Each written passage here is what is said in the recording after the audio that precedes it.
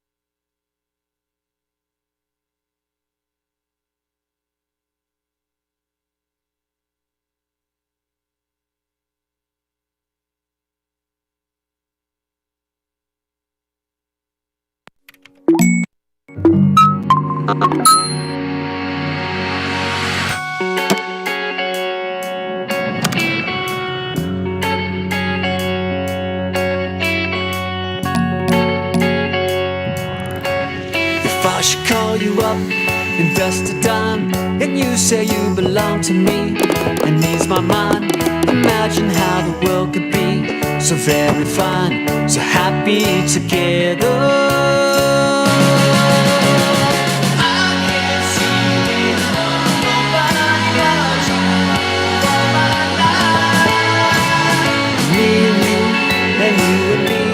No matter how the toss the dice, it had to be. The only one for me is you, and you for me, so happy together. I can't see it, nobody else, all my life. Me and you, and you and me. No matter how the toss the dice, it had to be. The only one for me is you, and you for me, so happy together.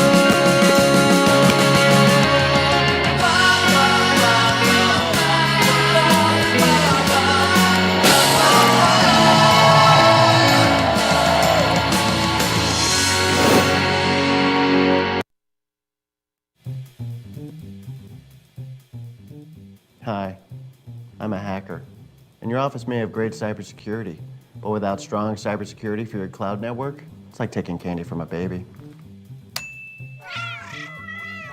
Go on, Carla, you know you want to.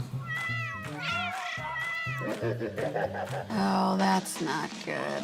Without the best security, bad things happen, even in the cloud. Checkpoint. Welcome to the future.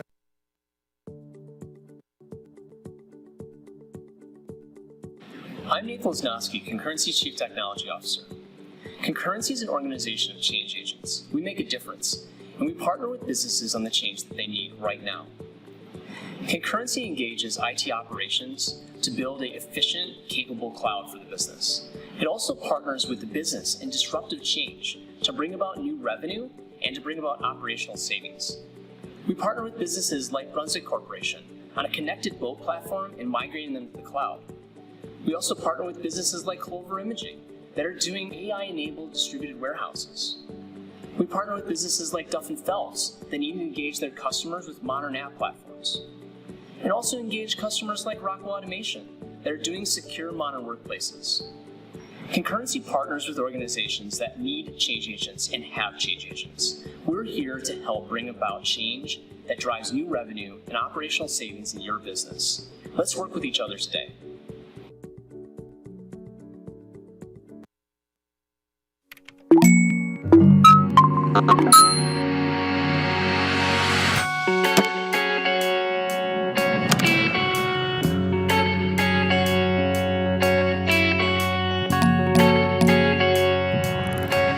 If I should call you up, invest a dime, and you say you belong to me, and ease my mind, imagine how the world could be so very fine, so happy together.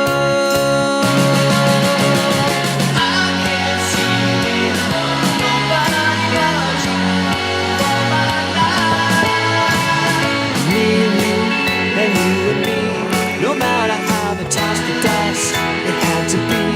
The only one for me is you, and you for me, so happy together. I can't see nobody else.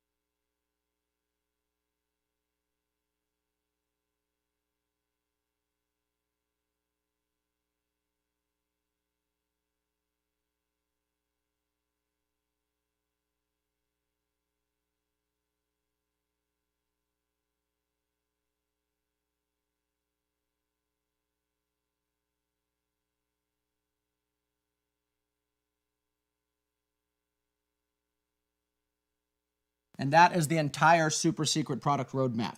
Okay? Remember, Not a word to anyone. This is some really good intel. that's not good. Without the best security, bad things happen. Checkpoint. Welcome to the future of cybersecurity.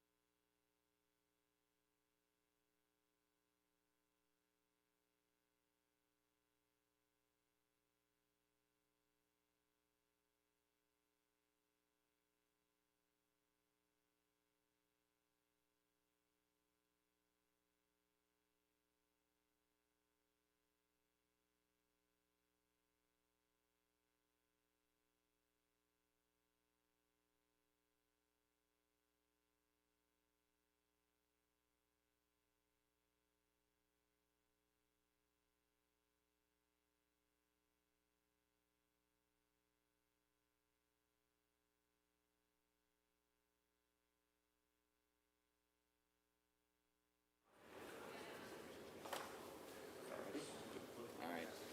Where do you got me set up? Mic there.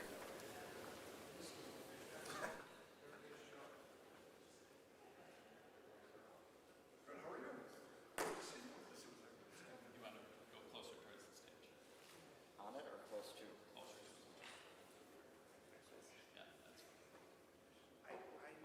All right. Thanks for coming out. Appreciate everyone.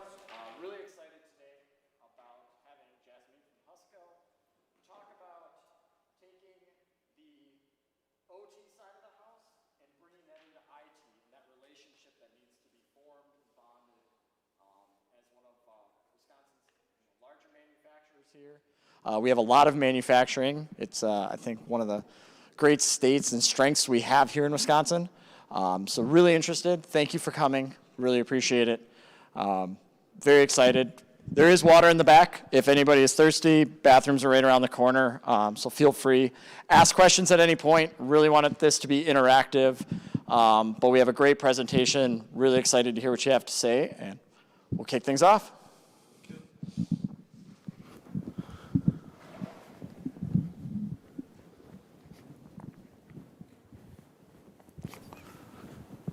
Hello. Welcome, everyone. Thank you for taking time today. Really hope you will take something useful back. Today we are going to talk about convergence of IT and OT, but before we dive into that, I would like you guys to watch a brief video of what OT means for Husco. Okay, check. For over 70 years, Husco has been a leading innovator in the off-highway and automotive industries. As an industry leader, we've had to develop innovative solutions to solve complex manufacturing challenges. From designing and retrofitting our own machines, to programming vision and measurement systems, customized test software development, and more, we've developed unique manufacturing solutions to achieve the highest caliber performance. Now, with Husco Advanced Manufacturing Group, we're offering these tailored solutions to external companies. Our customer relationships are based on collaboration. With many years of experience as both machine integrators and end users, we understand what it takes to develop world-class equipment. With a holistic approach, we leverage our significant knowledge in both machine design and manufacturing to create an entire process and custom engineer a solution specific to your application. Husco AMG can cover the full spectrum of manufacturing requirements, from low-volume, high-mix operations to high-volume, full automation projects. We'll optimize your operations for the best balance of quality, efficiency, performance, and cost. Partner with Husco AMG today to fast-track your manufacturing operations. Is anyone surprised to see how clean and organized our shop floor is? Because 10 years ago, it used to look really different. So if you guys notice these gauges and these lights and these sensors here, what that means is we are capturing like thousands of data points of every serial number we make. And then we make thousands of serial number every day. So that's one part of the challenge, right? It's a lot of data and a lot of velocity. Okay. So convergence of IT and OT. So if you look on the left side, we have experts in the house who know SCADA, PLC, these kind of platforms really, really well, but they do not understand the architecture, security, governance, all the pain which comes with it, right? And rightly so, because their focus is to get the product out of door. They need to focus on the cycle times, how to make quality work, right? And then on the IT side of house, we get to clean all the mess. So today, the approach I'm gonna suggest is, which worked for us, is what is common between all these systems is data, right? So how can you use data to drive this convergence with the OT team? Because if you go and tell them, hey, you're not doing this right, can you change this, can you change that? They're gonna laugh at you and walk you out of the door because they're so busy focused on what they are doing. So what we did is, okay, we identified when the data comes out, who is the end consumer of that data internally, right? So rather than going to the OT group, if you go to that person, let's say your head of operations or your head of quality, and then you explain it to him, hey, if you help us drive this initiative with the OT group, this can give you this insights and you can make better decisions, because they're gonna listen to them, not to IT. That's the reality of, I would say, for majority of the organizations. So we looked at the production line, but if I have to put a simplified architecture, this is just the OT side of the house.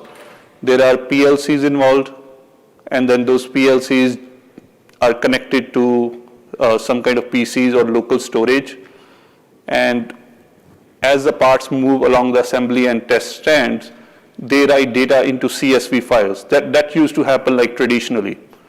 And then we will have like robocopy jobs to copy those files into a file server in our data center. So we were generating tons and tons of data, but what good is that data if you're not able to do any analytics on top of it? Because each serial number has a different file. Each production line used to have a different file format. So forget about doing analytics. Even if you just have to go and search for data, it used to take our manufacturing engineers hours and hours to go through that pile of data, folders, and that mess. So what was the problem if we have to define in terms of business problem, right? So we did not have like real-time visibility into our manufacturing line's performance. If we are making same part here versus in India or China, why are we able to make more in one facility or another, right? So these are some of the challenges which come along. The first is the 3 V's of big data. So as I mentioned earlier, we make thousands of parts, each part generates thousands of data points. So we have very, very large data set. So that's the volume of a big data. Then variety. Each line is built over time by different vendors. Some lines are built in-house, some are built by automation vendors, and they are so focused on that particular production line that there is no conformity of how they write data. One line will have a CSV with 100 columns, other will have with 200, and even for the same data point, the column's name may not match. The third is velocity. It's all robotics-based, sensor-based. So a lot of real-time streaming data every second we are writing. So we need to pick a platform which can support all these 3 V's. That's why this is classified as a big data problem.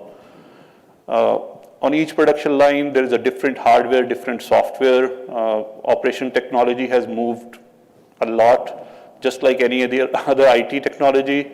So now we have to deal with so many of those software vendors. So there's no standardization in place. And then production lines are built by OT group or manufacturing group, and IT has like no say or control. I'm talking about the prior to this project. So they get to pick what they feel is the best to get the product delivered. Then if I go back to this slide, right, the data is being written locally to the local file system on the PCs and then copied over to the file server. A really simple step could have been start writing that data to a server, let's say to a SQL database or any kind of database, and then you can do your real-time reporting out of it. But one of the challenges doing that was all the commercial softwares out there, the drivers which can connect to the PLC and also write data to an operational database were very expensive. I'm not going to name any vendor, but most of them charge per tag. And one tag means one column, okay? And then they max out at 2,000 tags. So the cost was roughly $2,000 per production line.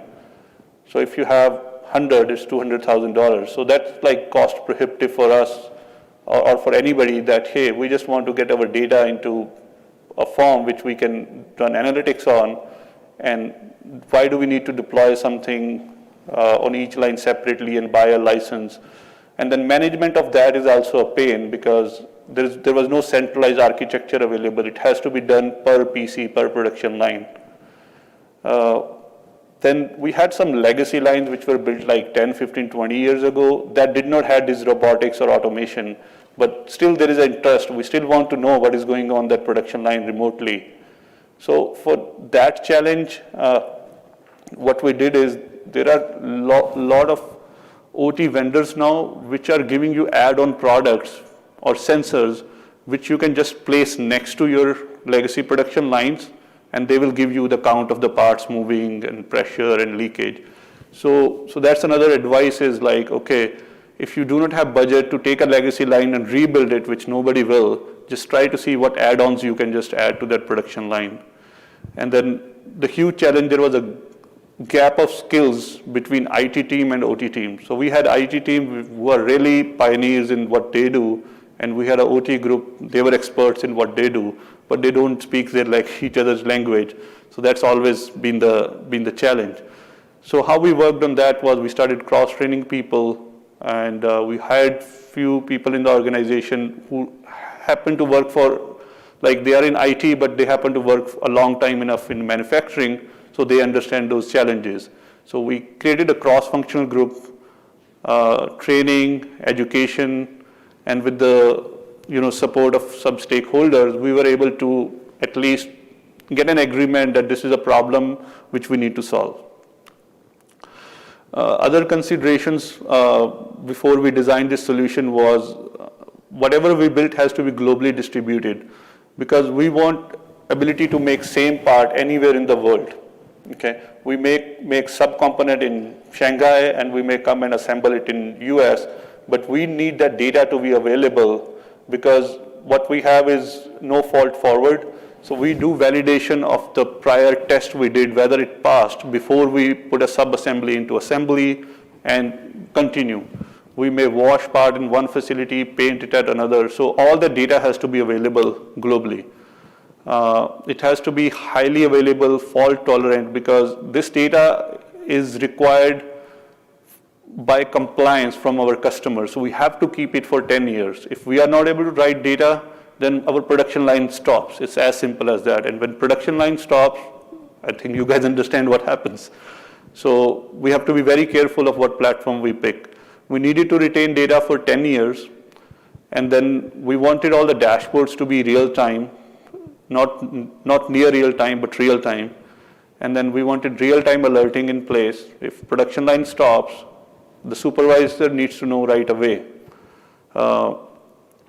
Then this was the basic requirement, but the future was we wanted to leverage machine learning and anomaly detection, introduce that into the production lines.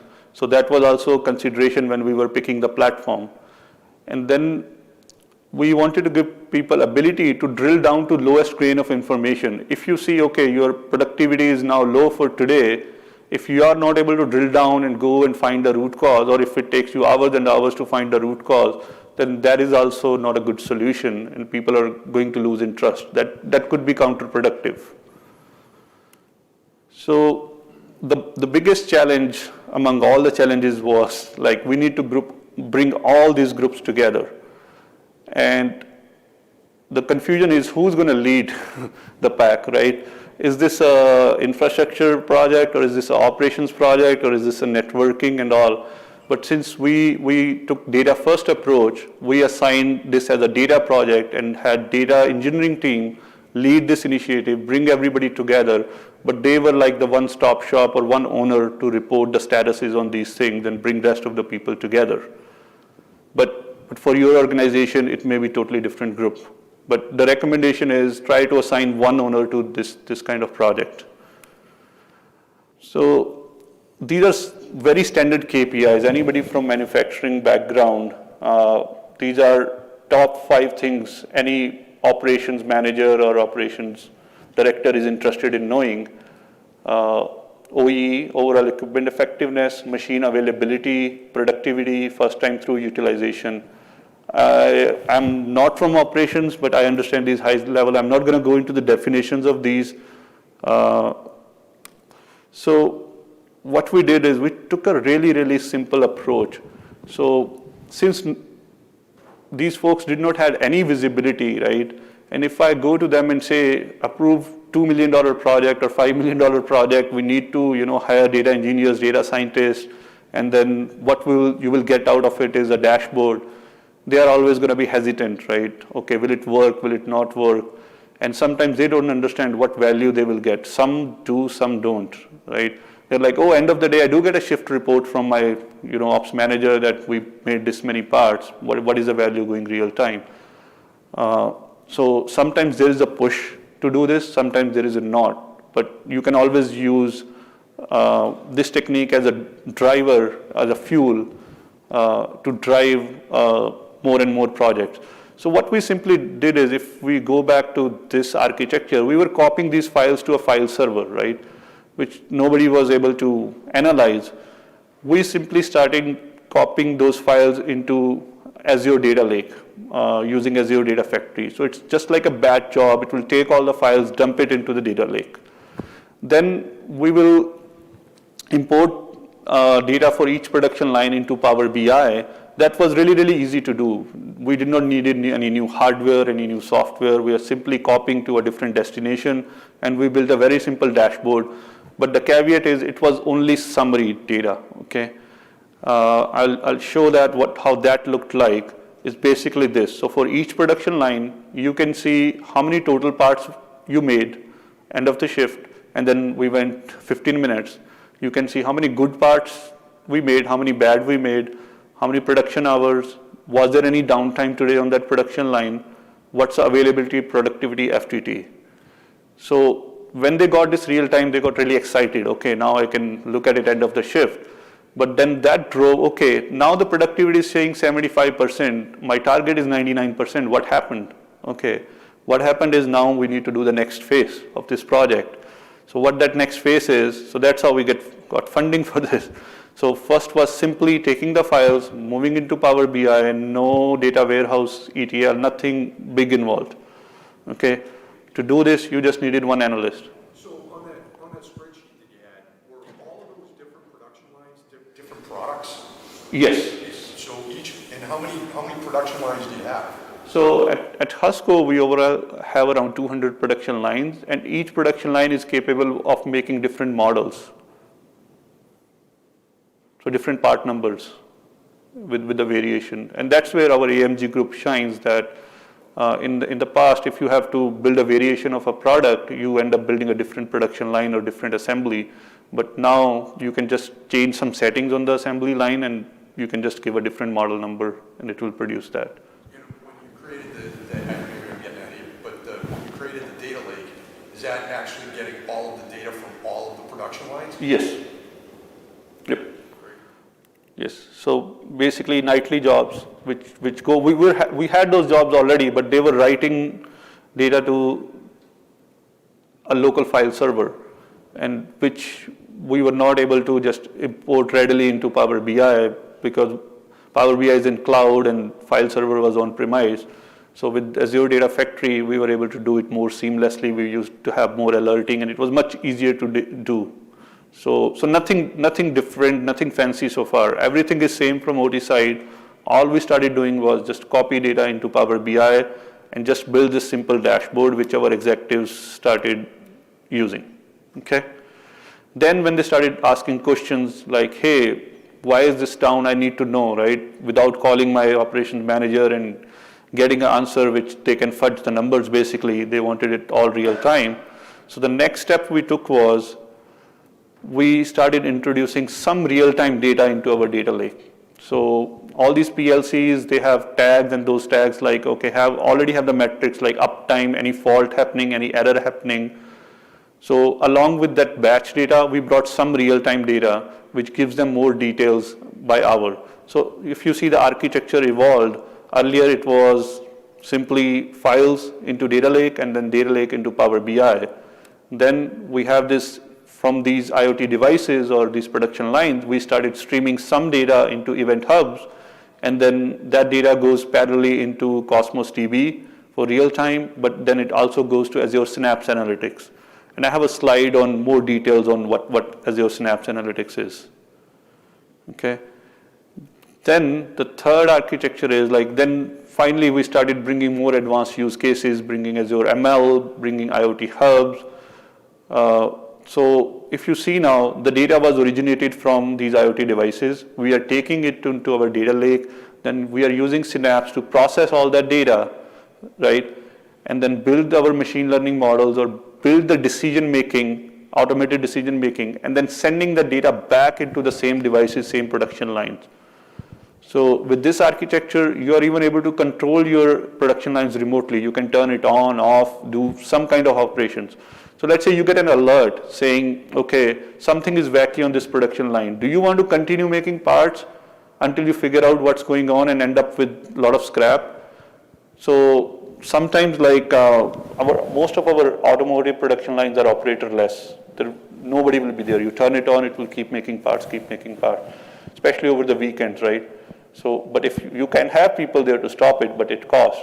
So having ability to remotely turn off a production line, turn it on, or do basic stuff is highly valuable.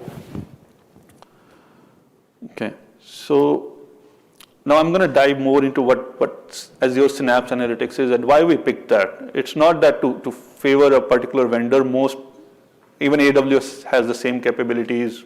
There are so many other vendors, but the key here is we needed a platform which can do the big data and also do machine learning and AI all in one place.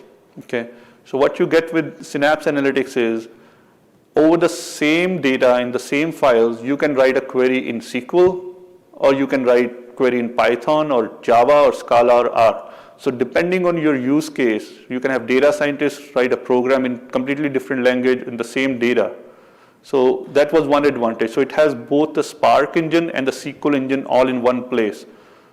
Before this, you need to have, okay, Azure Databricks or some other cluster to do the machine learning and a different cluster to do the traditional analytics. And it's all serverless. It has built-in security, monitoring, and from price perspective, it worked really well for us because you kind of pay per query, really. So if your workloads are such that you want to do really, really high processing end of the night, and you just use it for 2 hours, right? You only pay for 2 hours. And during the day, if you're just moving files around, then it's a very minimal cost.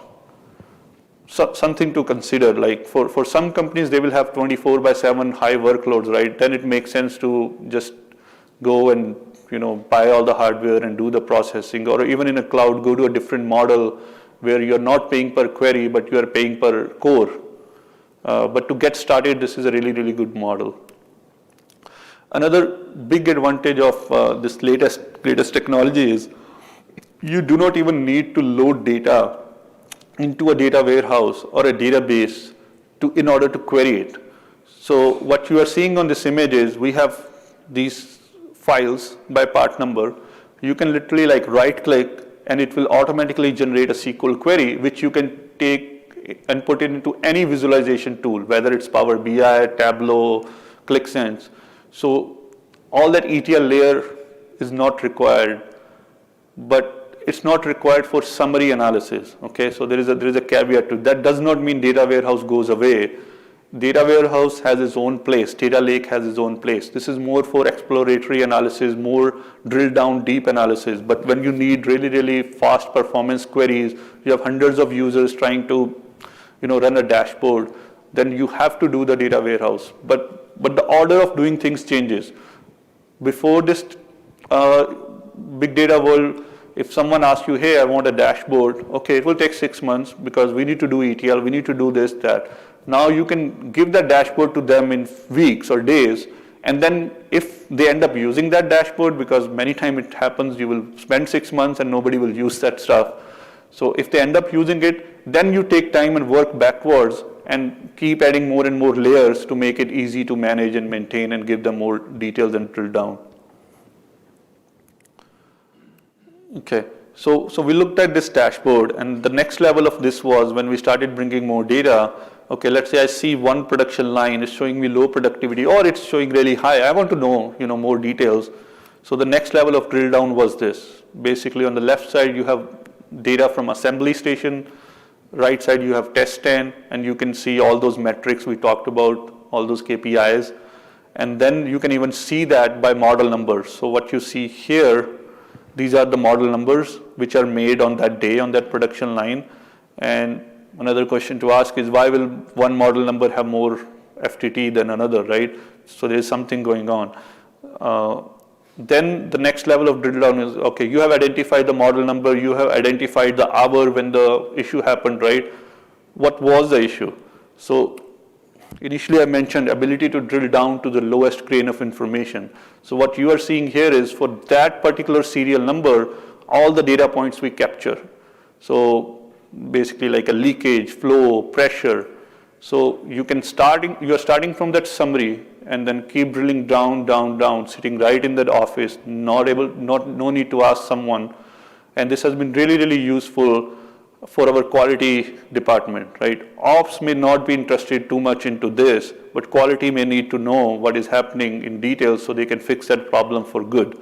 Ops may be more interested in, these numbers or these numbers. So the results were, it improved uptime, because if you know real time a problem happens, you can go and solve it.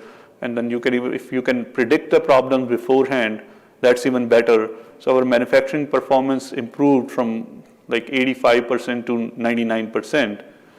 And our quality improved to 0 ppm. We have a very strict goal from our customers, and we are, we have to stick by that 0 ppm goal. That's why we do a lot of testing. If there is fault in our product that needs to be caught right inside our doors, not outside. It also improved the on-time delivery because now we got real-time visibility into which serial number is sitting where. So we integrated data from our ERP system with our MES system. So this is our homegrown MES system. So if customer calls in and says, hey, I was expecting this order in a week, but there is an emergency, can you expedite it for me? So our sales folks or our, marketing team, they can really put a customer order number in and it will tell, okay, where all the serial numbers are, which are going to be fulfilling that production order. It reduced a lot of operational cost for us because a lot of things were automated and a lot of efficiency was determined from this. Going back to that challenge of, if you want to do it today, other than the cost of storage and compute and big data and all that has to be there, and it's getting cheaper day by day. But that cost is usually built into IT when you plan for your infrastructure. But then getting the data out from the PLCs, that cost there is always a challenge. OT group is going to say, oh, we never budgeted for this, and IT is going to say, we never budgeted for this. But what we did is we budgeted for a developer, and we found an open source software called Advanced HMI, which, because we had those skill sets, we were able to build our own data transfer software to get the data from PLCs straight into that real-time event hubs. So again, that cost could be challenging, but then you also have to consider support. If you build something in-house, if something breaks, how you're going to support that? So you have to, work out that balance that you may need more developers to support it. So that last slide, you answered my question about what metrics are you using to ensure that whatever you put together has a payoff. But my question was around, and you had another slide where you had all the different groups and how you assign those groups. My question is, how do you make sure that IT and OT and your overall technology plan is aligning with Husco overall, organizational objectives?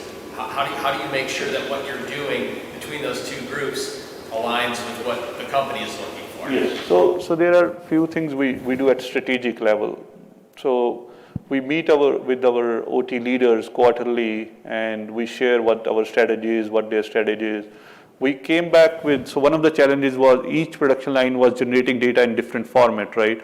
So how do we convey to them that is a problem? So we worked with them, we came up with the architecture and the data structure, we called it common data model. We involved them in that process and say, hey, if you start writing data this way, this will make life easier for you and everybody, right? You don't, and does not matter you build a line in-house or you go to outside vendor to build assembly stands, you just need to hand over the spec to them.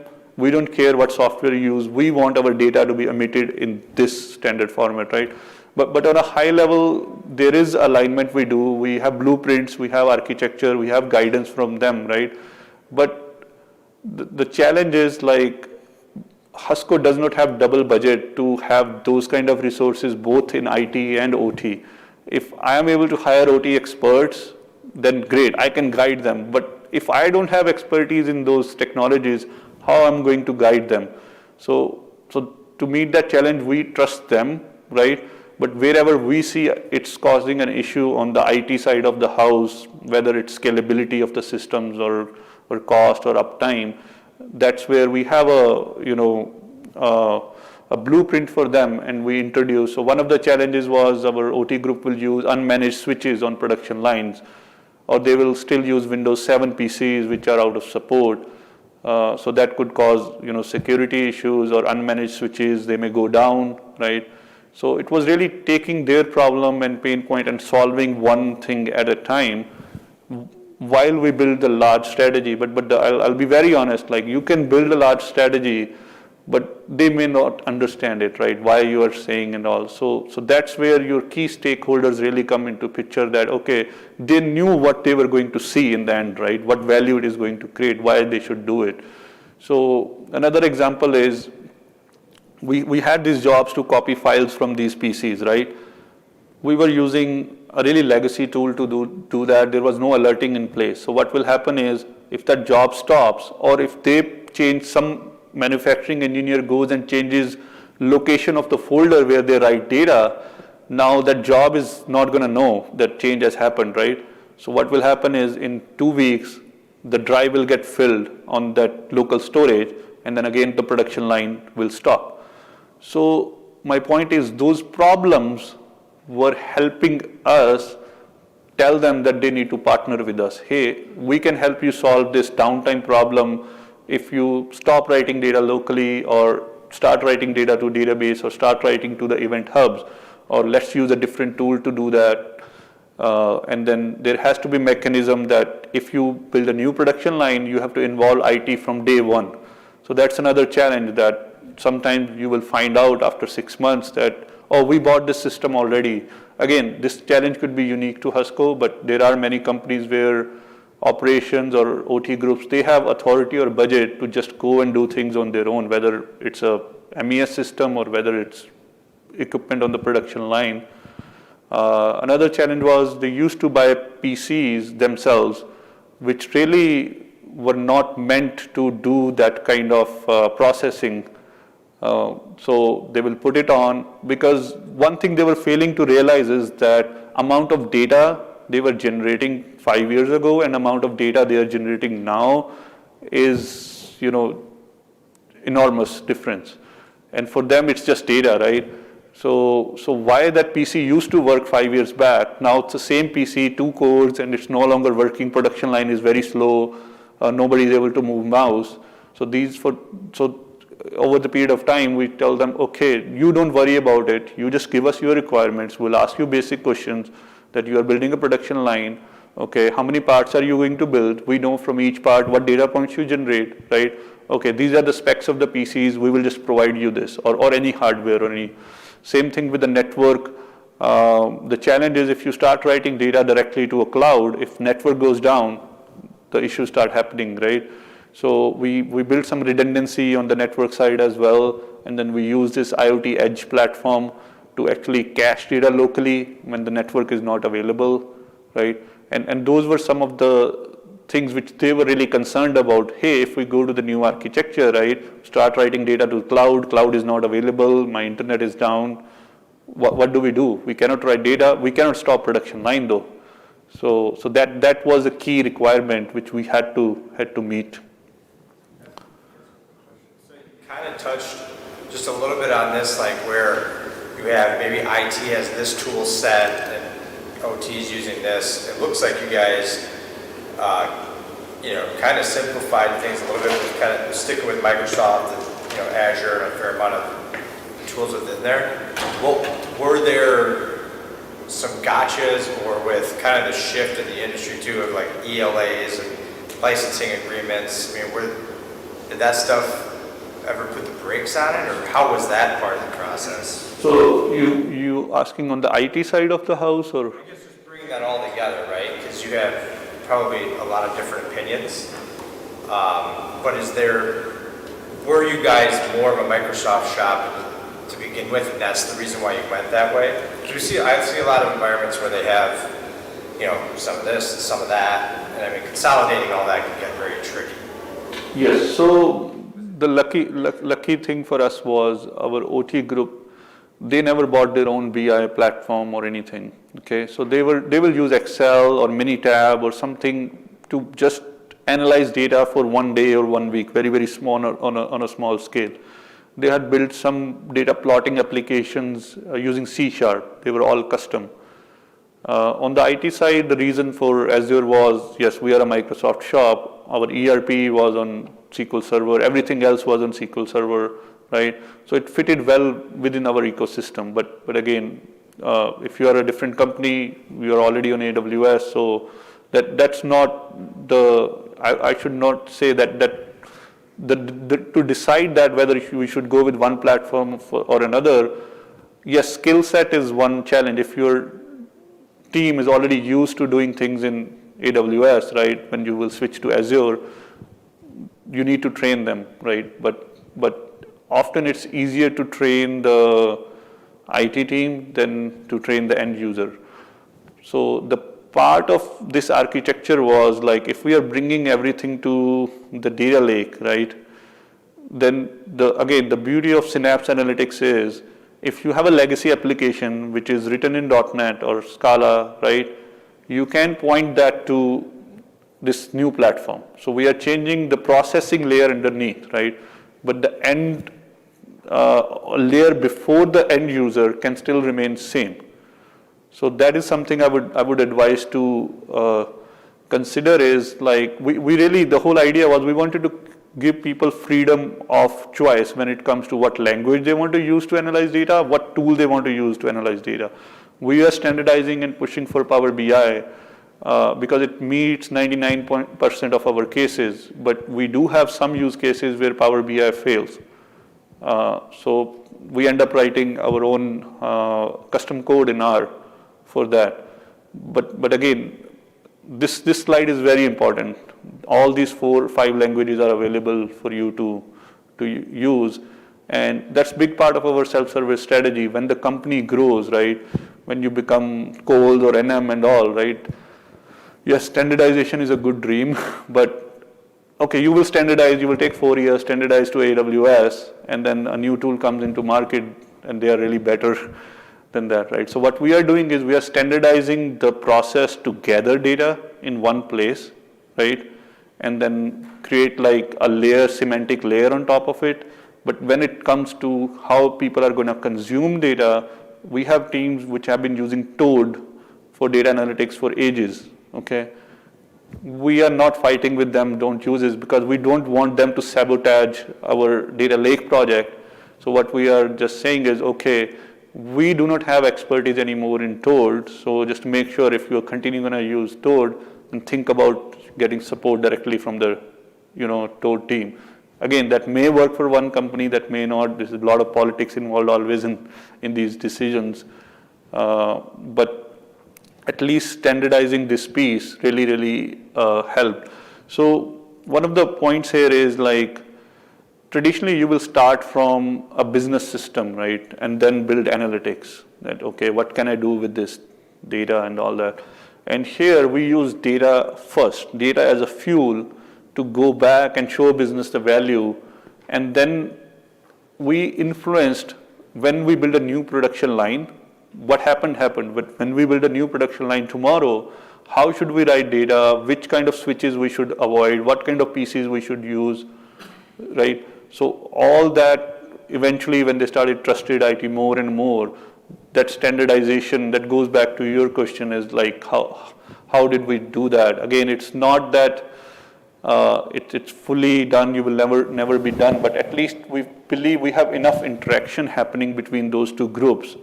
One thing to be careful is like not to come across to OT as a barrier. So when you go about this here, architecture, security, governance, especially governance, they're always going to be scared, right? You're going to slow them down, right? So you have to take baby steps, make sure that you are not slowing their targets, because their targets are really tight deadlines, that we need to finish this production line, there is a build happening, there's a pilot needs to happen, and those dates are dictated by customer.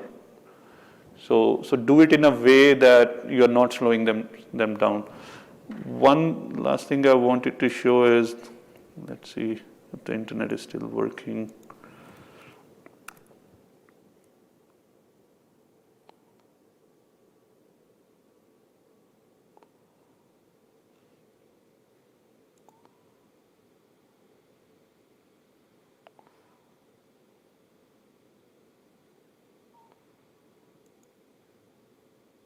So this is one of the real-time dashboards we have.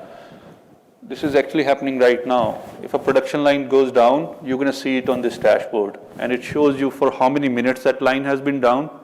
And at the bottom, you can see the reason, what happened, whether it's not always a network or IT issue. Sometimes it's a hardware issue on the production line, or someone put something wrong in place. And then you also get an alert depending on who's supervisor for that shift.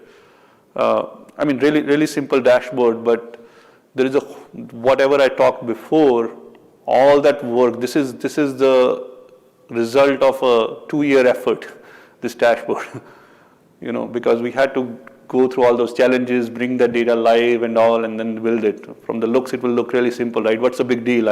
I know this, but thing is, like before, you will not know this because there is nobody on the shop floor to tell you the line will be running, line will stop, especially over the weekends, and then you will know after some time that, hey, I lost some productivity. Or you have to have someone there, and then you end up increasing your costs.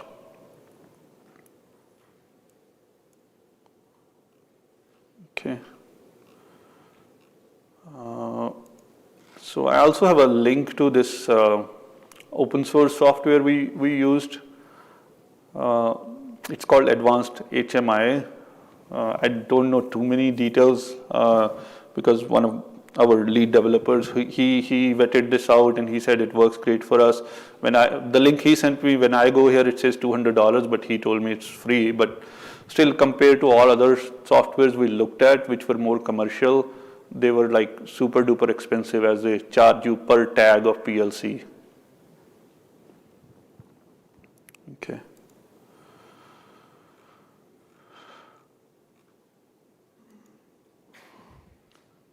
Does anyone have any other questions?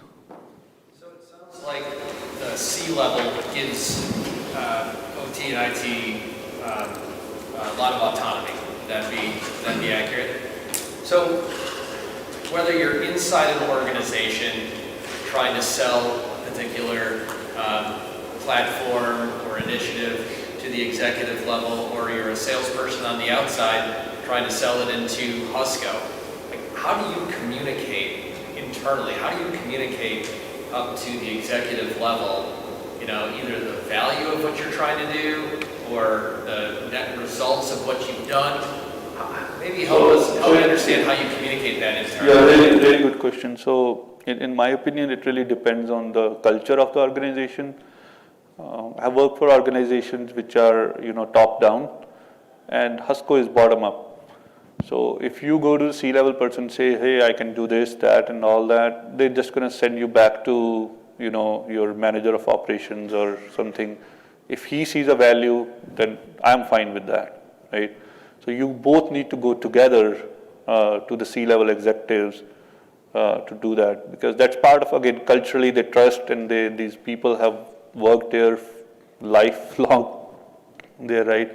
So they want to be very careful that if this initiatives come from the senior management, which in my opinion will be best, will move much faster, but then people may get scared and see that, hey, we're going to have this much spotlight on us now, right? Is that a right organization to work for? Now my boss sitting or even on vacation, he can see production line is down for 30 minutes, or it can be counterproductive too, right? I worked in the restaurant industry before, and we had real-time visibility. If any restaurant POS goes down, or if we see a lot of traffic building into one restaurant, so we'll have area managers. They will literally call and yell the store manager there, hey, I can see, why you have 50 people standing in the waiting area and tables are still empty. So people will start finding, workarounds to do that. Eventually, that's the goal is, right, to give customer a better experience or to improve the quality. But to answer your question, is there a right way? It depends on the organization, and so identify the hierarchy in the organization, right? Who have a say. In sometimes it's not by titles, it's more by who knows what and who knows who. And then start small. Okay, if you go and tell this is a 5-year initiative, and I'm gonna need 10 people team to do this, right? It may not happen. So try to carve out time from little bit from your existing resources, and then go small. Maybe what we did is, like, when we wanted to change architecture of our production lines, we needed to prove them out that, okay, first concern that, okay, cloud, okay, security, okay, then network, connectivity. So we used to tell them, hey, this is better because, okay, it will scale better. Now your line will not go down, and Okay, network will still be up because we have, redundant network. We have two providers. If one goes down, the other is available, right? And we can still cache the data. Like, okay, but how do I know it will all work? I cannot risk my production line for that. So starting slow means that, okay, let's do it for one new coming production line. And luckily, like in manufacturing, depending on their business model, at least for us, we start building production like 2 to 3 years ahead of the product launch, okay? So they were like, okay, let's do this new architecture, let's run it, then let's run the pilot. Let's compare whether it actually solved all these problems, other than getting data real time. Did it solve the uptime problem and other security problem or not? So we kind of had to prove it out, and once we proved it out, then okay, next line was easier, and then we actually went and retrofitted this new architecture in some of the legacy production lines, but where it made sense, because some lines were like end of the life. Like we make parts for 10 years for a car, and then the car is going to change the model now that we need to change the part. So not for every line it made sense. For some lines we simply just we used a company called Banner Automation. They had, heat sensors, vibration sensors. You can just put in next to your production line, and they already had a mechanism to connect to the gateway and stream data. So yeah, that's the real challenge of getting things done. For the companies who have seen it already and what value it can provide, it's much easier. If you are a mid-sized manufacturer or a small manufacturer, maybe $100 million or less, it could be very challenging to get the resources and funding. Did you initially bring in Microsoft or other integration consultants to help when you were building out the strategy and architecture? So I'm pretty sure my boss did before he hired me. But we work very closely with Microsoft Fast Track team. So any initiatives we do at Husco, we get access to. That was part of the reason we picked Azure, was they were willing to commit to us these resources.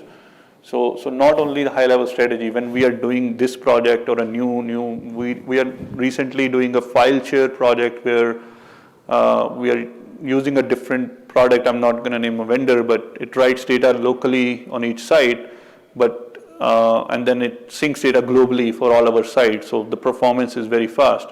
So now we switching to Microsoft. What we did is we talked to Fast Track team, and they will bring the product team, which is actually building that product. And they have been very, very helpful. What we will learn afterwards, right, after implement it and all. So they will give us, it's just, even if nothing else, they help us vet it out if our architecture is correct or not. And as the name Fast Track, right, we have been able to deploy technologies much faster. And part of this is our obsession too. We are a very risk-taking company when it comes to IT. We were one of the first companies, although we are not a tech company, first companies to start using Power BI Premium. We were one of the first companies to start using Synapse. So we went live on Synapse when it was in preview mode. It wasn't even generally available. Because from my past experience, I know like when it's in a preview mode, that means Microsoft has already used this product internally for 3-4 years and with other very, very large companies, and it meets our need. But again, our mindset is, fail fast, just get it done, and if it's not going to work, then we switch to something different, but not to wait months or years before trying out something new. Just to follow up, who oversees security, and what are you all doing sort of also in real time to make sure that you're ahead of the game when it comes to security? Yeah, so Husco has a director of InfoSec, and he has his own team leading that effort, but security is a collaborative effort, right? So our cloud engineering team, they are responsible for cloud security. So our dedicated security team, they define the policies for our cloud team, and our cloud engineering team are the one who implement it. Now, similarly, our InfoSec team creates a policy for our OT technology, and it's a responsibility for OT tech team to follow that. But we do have tools in place to monitor it. Okay, so we are using some products which automatically again stream all the security data, and then we get alerts and dashboards that if it identifies any vulnerability. Azure luckily has everything built in, so we don't need a third-party tool. So Azure has Azure Security Center. It's really, really easy to use. It's almost like plug and play. You go and you point it to all your resources. And then, so my recommendation to security is like people versus processes, right? Like some organization give 50-50 to people and processes. In my viewpoint, security is something better. One, because the scale of and scope of it is so large, right? If you're relying on some person to identify all the vulnerabilities, something is going to get missed. With all this latest technology, so what Azure Security Center does is, or the other tool we use for on-premise is, any device which comes on IP on our network, it automatically goes and starts scanning it, okay? So it's totally automatic. It will scan it, identify it, and then it will list you on the dashboard, hey, what are the vulnerabilities on this device? Because we don't know who from our OT group is going to go and buy something from Best Buy and plug it in. Because if we try to prevent them, then they say, okay, they're not able to troubleshoot a problem when a production line goes down, right? We don't have enough resources on IT to help them out 24/7, so they want those capabilities. So that's why our OT groups has full access to the PCs and other things, right? So how will we know they're not plugging anything, they're not plugging jump drive? So my approach or recommendation is rely on something more automated, then you will need less personnel, and that personnel just need to follow what that threat intelligence tool is telling you to do. Again, it's really easier said than done. You need that expert to interpret what that is telling, but rather than hiring 20 security analysts, first invest in the tool and then see how many you need to make sure you keep up to that with that tool. And then another advantage with cloud is, right, any cloud, most of the things are built in. Office 365 has advanced threat protection, but you need to be on the right plan. You need to pay for it. Nothing comes free. And that is one of the questions we get from our executives whenever we say we're going to go move this thing to cloud. Hey, how about security? I heard, someone hacked this Alexa or this camera at my home and all that thing. So what we tell them is, okay, we have 5 people security team. Microsoft has thousands of people. Is it guaranteed? There's no guarantee, but they are in a better position. They're better poised to, counter that threat. So again, it really depends what's your primary competency, right? If you're a manufacturing company, or if you are a retail, or if you're an IT company, right? Now, things which I'm saying may not be true if you're an IT company, then you may want to have more in-house capabilities and in-house competencies. But for a manufacturing company, we do not want to spend our resources on procuring infrastructure, installing and backing up and all that. We just want to be able to scale with the business, pivot with the business, right? Tomorrow, if we end up acquiring another organization, the platform we picked is we should be able to, migrate and scale. But again, cloud is great, but it comes with cost. Cost is often, it's marketed by all these cloud companies that it's cheaper, right? Okay, per terabyte, AWS will say we are cheaper, Azure will say we are cheaper. Reality is they are not. But when you look as a service they are providing, when you try to get the true cost of ownership, which includes the real estate, the power, electricity, the resources and all, then yes, it may come, but then it's a sticker shock for your executives too, right? People are so used to getting the capital investments, and then you say, okay, now my OPEX is shifting from this to this. Okay, how do you balance that messaging out? So luckily now most cloud providers are coming up with the payment models which match the capital kind of investment, although it's a monthly, but you can pay them like, annually and in those terms. But yeah, these are all good questions and good challenges. Okay. Any other questions?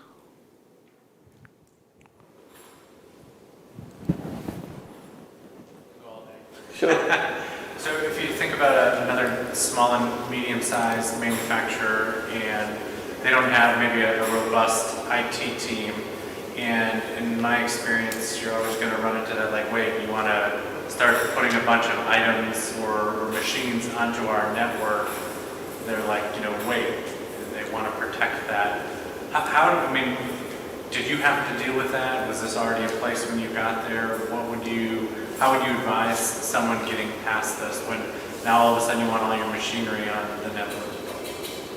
Sure. So what my understanding of your question is, like, if we are the security team, then how do we handle this challenge of people bringing in new devices into the network, right? So first is the guidance to them, right? These are our policies. But then again, are you gonna put cameras and keep watching what they are doing and what they're bringing, right? That's where that monitoring solution is very helpful, right? So the moment they plug in a device on the network, you will get all the data out of it, what's the IP address and what OS it is using and is it using. So this reminds me of a common problem at Husco used to be. So SQL servers had an Express edition, which is really free. Anybody can go and download and install it. So when they will build a production line, they will work with a vendor, and that vendor will say, okay, I can write this some data to SQL, it will be valuable, we already have this built in. And they will not even contact IT, they will just go install SQL Server Express on that PC, and line will start functioning great. But after 6 months, SQL Server Express had a limitation of 10 GB data because it's free. When that 10 GB fills in, the whole line stops and they have no idea what happened. Or worse, they will end up installing Enterprise Edition, and vendor is assuming that Husco is paying for that license, and Husco is assuming vendor had already paid for that license. So again, we bought a tool called LAN Sweeper. It does the same thing, is like it scans your entire LAN network and brings back all the data, that what devices you have, what pieces you have, what's installed on that. So we created an alert. If anybody installs on whether it's their office PC or their production PC, if anyone installs SQL Server Express, the reason they can install again is they have full permissions. And the reason they need full permissions is that they are the ones who are installing the OT software, so they need full permissions to troubleshoot that. If for a more mature organization where there is a lot of budget, right, then there are so many things you can do, even to give them restricted access that, hey, you can install this software, but for us the priorities were very different. So yeah, again, automated monitoring can really help with this scenario, and when you see it has come, then you can go and talk to that person. Hey, by the way, we also need to install our anti-malware software on this, or this is not a supported device, why did you guys purchase it? Again, using data as an asset to understand what happens. Your data has grown substantially? Sorry? Your data has grown substantially? So yes. So in your picture up there, I think it's slide 3, where you have your, yeah, that one, go back. You have the file server. You were talking about the file server on numerous occasions. Are those gone? Or do you still have things on-prem and in the cloud, or? So we do have things on-premise, but not the data coming from our OT systems, because that's a lot of data. What we still have on-premise is user-generated files. Let's say you want to share a file with your team, you want to collaborate, you have Excel file, you have prices in there or something, right? Or some notes, some Word documents and all. Those are still on-premise, but then they also get backed up to Azure. And then if you lose them, we can always restore or connect from Azure. But the majority, 99% of data, which is not human generated, which comes from these OT, that's all gone into the data lake, because it's petabytes of data. For us to keep it on premise, we need to just keep buying storage and storage and storage. So how long do you keep the data? So 10 years is the requirement from our customers.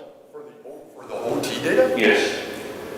So from the OT data also, there are different grains of information. So one is, okay, this serial number, we made it this date, and we tested the leakage flow, this measurement, right? And that's what customer cares about. And then there is more raw and like a curve data, which you can regenerate the whole pressure curve and all those things. I mean, as of now, yes, we are keeping 10 years of data in the cloud. But keep in mind, what you can do in the cloud is tiering, okay? Yes, we have 10 years of data, but is anybody using the 10th year of data every day? No, right?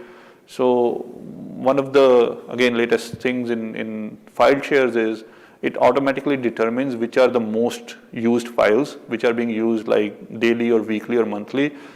Those will be cached locally, okay? And then the rest will be moved automatically to a cold tier. So let's say 1 year data will stay on a hot tier, which is $20 a terabyte per month, but then the rest will be moved, so year 2 to 5 may be moved to a cold tier, which is only $10 per month. And then anything 5 years or older will be moved to an archive tier or a tape or something, right? Back in the days we used to call tape. And then when you need it, right, it's very rare you need data from year 9th. So if you need it, then there is a different SLA. Okay, it's going to take us 24 hours to move the data from that tier. So use tiering to save cost.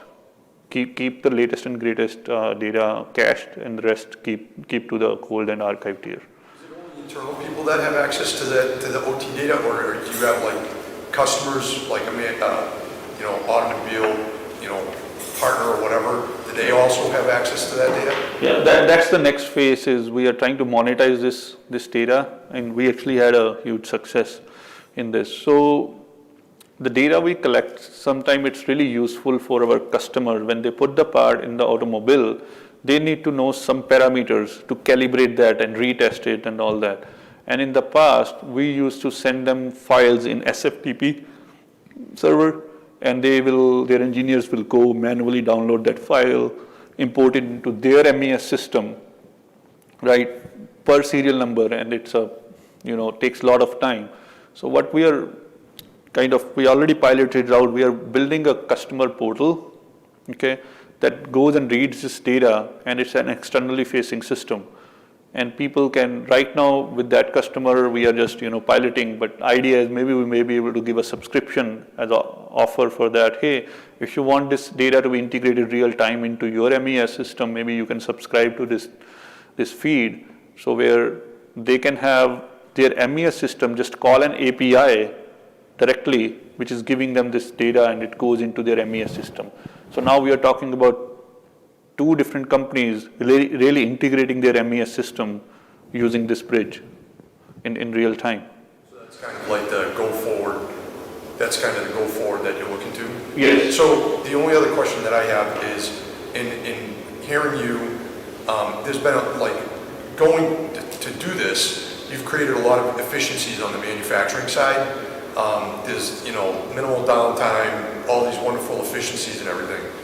To take that the next level, do you find that there's data here that would be relevant for your sales or revenue generating arm of your organization? Is there anything analytics wise that they can take to capitalize on growing the company more from a, generating more revenue? Yes. So there are two concepts. One is data monetization, how we can actually start selling this data as an asset, right? But the other is we want so there is always a kind of a competition. We are not the only supplier for this. There are 50 other suppliers, right? So there is a competition on cost. But then when they see, okay, our track record is 0 ppm, and they also see, okay, this is the kind of analytics we do on top of it. This is how we make sure no product is going out. And then they can also have access to that information. That always gives us a competitive edge to win a project. So that's kind of a, not a direct, you cannot say this project was directly won due to analytics, but it has its contribution, right? But the other piece is, whereas I was saying that data monetization, where if we are making something simple for our customers, right? If it was taking them manually 50 hours a week to do something, and now it's all fully automated, they may be willing to pay some dollars per month to subscribe to that feed. But now Husco is getting into, so if you remember this video, we learned so much in this OT technology. Now we have become a OT vendor for other manufacturers. So any other company we had really good wins in that. So if you are a small manufacturer and you want to just automate your production line, right? You can actually come to Husco and we have a team who will build that line for you, right? But when we build that line, we can also offer products saying, okay, now we automated, are you interested in getting real-time alert if line goes down? Are you interested in getting this dashboard access? And we haven't priced things out yet, how all it's going to work out, but those are the ideas which are coming along that, okay, if you want access, then it's going to be, you can subscribe to this.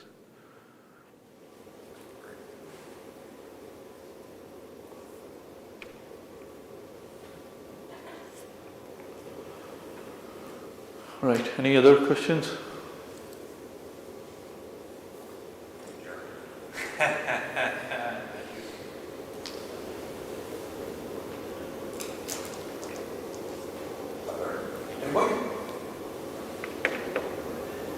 What were some of the biggest hurdles you ran into when looking at the vision of starting this process of real-time analytics? Was it getting people on board, or was it the actual technologies in place were your biggest hurdles? What was that for you guys?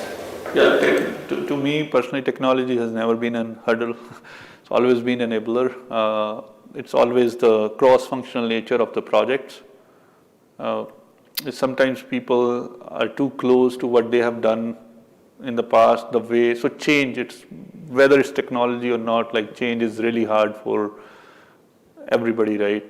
So making them understand why, what, how, that's the biggest challenge. This slide is the real challenge, really. Like, how do you bring all these people together? Because they already have their own goals and initiatives to meet. They're already, not only IT is short-staffed, right? Everybody's short-staffed. So why should they do this for you, right? And again, top-down is easy. Like if your C-level people make this as a common goal for IT and OT, it's easy, right? They will end up, asking for what they need. But if that is not happening, then you have to really build a partnership between each of these groups. And one way to do that is maybe they also need something from you, right? So I'm going to use example of different companies. So prior to this, I worked for Amazon in Seattle. So totally different environment. One of the most mature companies in data analytics, right? They have, AWS, they have Prime, they have Alexa, all these separate groups, and they have their own data analytics team. They are all experts in this technology, right? But one of the problems I saw there was, okay, Prime needs data from Amazon.com retail, okay, who is buying what and all. Prime needs data from household program. They need data from music and other things, right? They will subscribe to a feed, and that other team will make a change. They realize something is wrong, or some business formula has changed, or metric has changed. They will make that change. The Prime team will not even know that change has happened, right? And all of a sudden, their metrics will totally get skewed. And so how do you solve? So this is a different spectrum of the problem, that you have so many mature teams, but they are collaborating within themselves, but not with each other. So again, the answer is make it cross-functional. So what I realized is, like, if we are facing that problem as a Prime data analytics team, maybe they are facing the same problem. When we make a change, maybe they are suffering too, right? So when you go to them and say, okay, I can solve this problem for you if you can solve this for me, right? So that really helps. So again, this was successful because we were able to convince to our OT group and operations what is in it for them, right? That you will get real-time alert if production line goes down, your uptime will improve, You will never have an outage because of network going down or disk drives getting filled on the local hard drive. And these are the things which are music to their ears, right? That's what they understand, they hear, and then they're going to say, okay, yeah, let's do it. I'm going to assign a resource or work with this person to do that.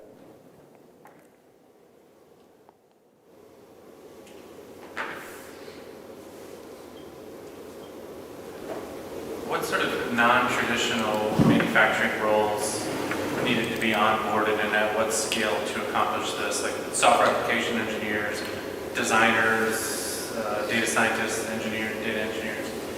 Can you repeat? So what sort of non-traditional manufacturing roles had to be onboarded to accomplish this type of initiative? Like software application engineers, designers, data engineers, data scientists?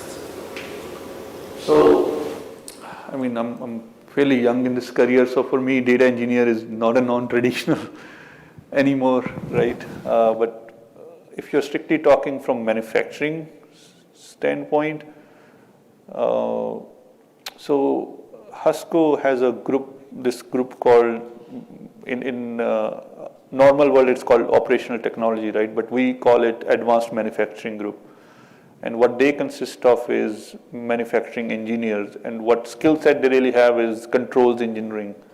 So all these OT softwares, I mean, majority of it is ruled by Rockwell and Texas Instruments. So there are tools like LabVIEW and Adaptix and all. So they know that technology very, very well.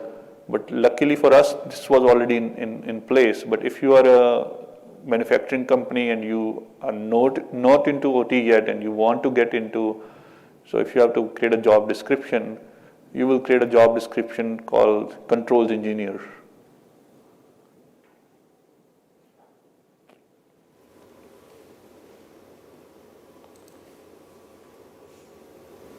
But don't expect them to do data engineering. So just to be careful. That's a very, very valuable and very challenging skill set, and it's in real shortage right now. Even the comps wise, what you're going to end up paying a data engineer versus any other engineer nowadays, and data scientist even more.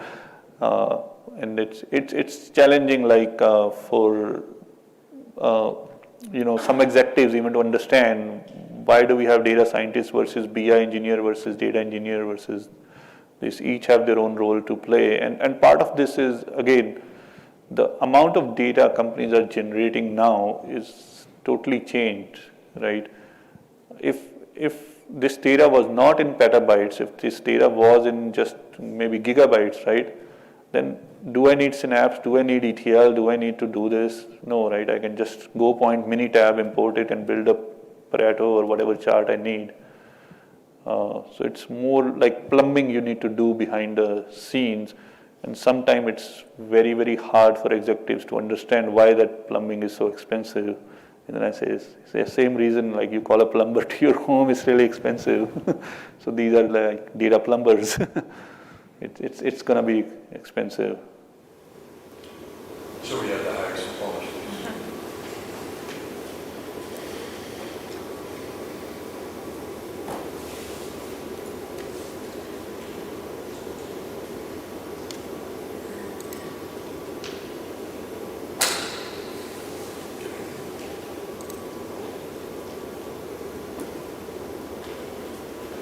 Okay, thank you. And I'll be here if anybody has any more questions. Thank you.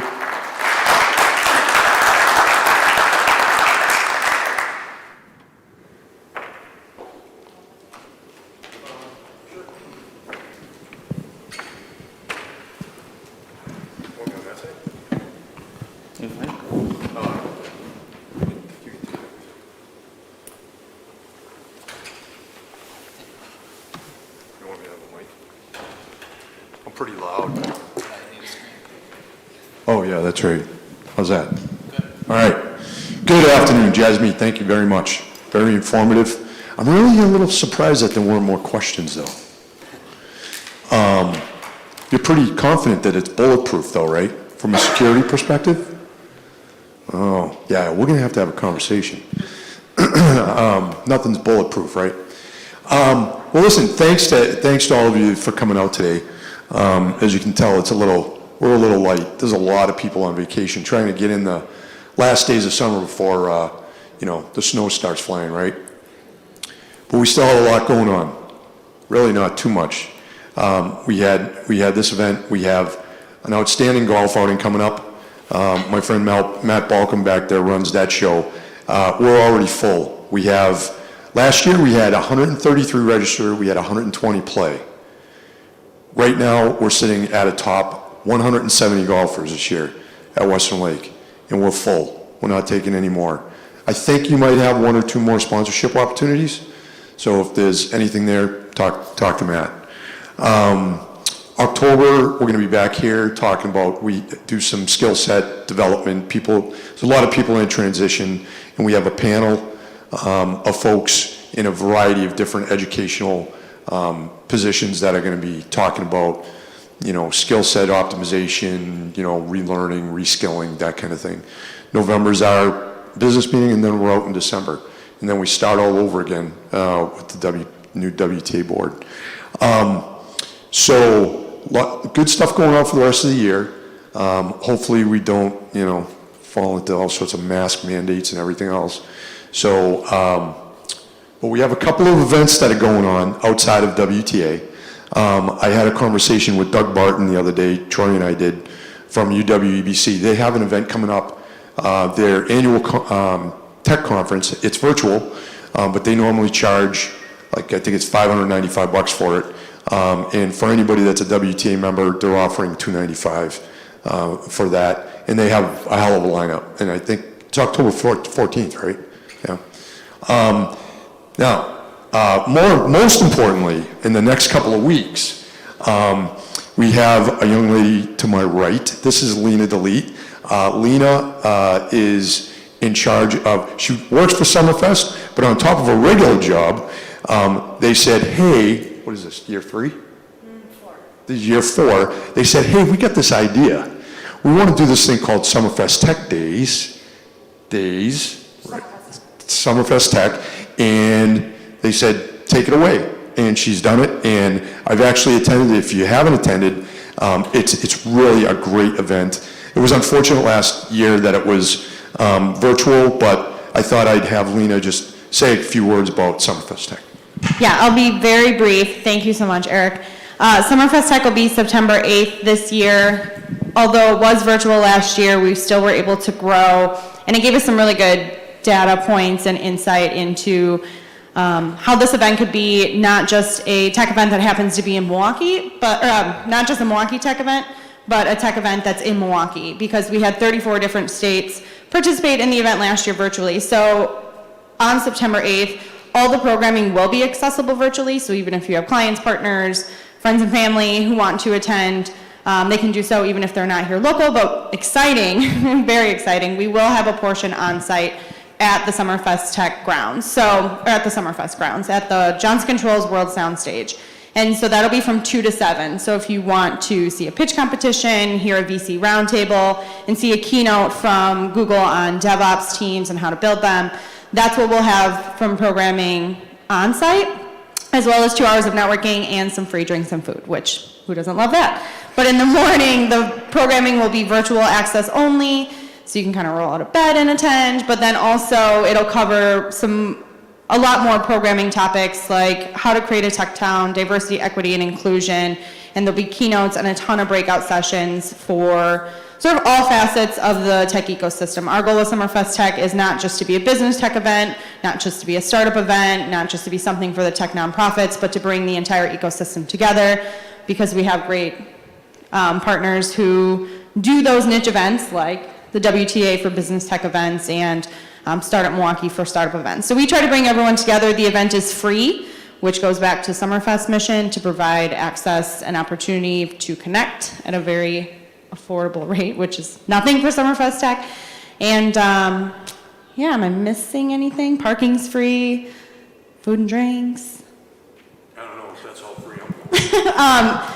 there's a ton of programming. I'm really proud of it. It's local leaders as well as leaders from outside the region. CIO of Okta is going to be there speaking just on how they created a tech town in the Bay Area and what she's seen, and it's going to be awesome. So if you go to summerfest.com/tech, that's where you can register, see the whole programming lineup, see our partners and sponsors, and they'll all be on site as well as in our virtual space to engage and interact too. So, any questions or thoughts, feedbacks? Cool. Well, thank you, Eric. Oh, you're very welcome. Thank you for coming out. And I just want to, on behalf of the board, I'd like to just say thank you to all of you for coming out today. It's been a very interesting year and a half. You know, we came back to the in-person events back in August, but we've had great support, and I'm very happy with that. And I thank my board and I thank all of you for attending. And that's enough of that. I'm hoping that you can either have a water in the back or we have cocktails out in the hallway. I know we'll have some food and stuff come out from the chefs, and have the opportunity to just talk to some of your industry colleagues here.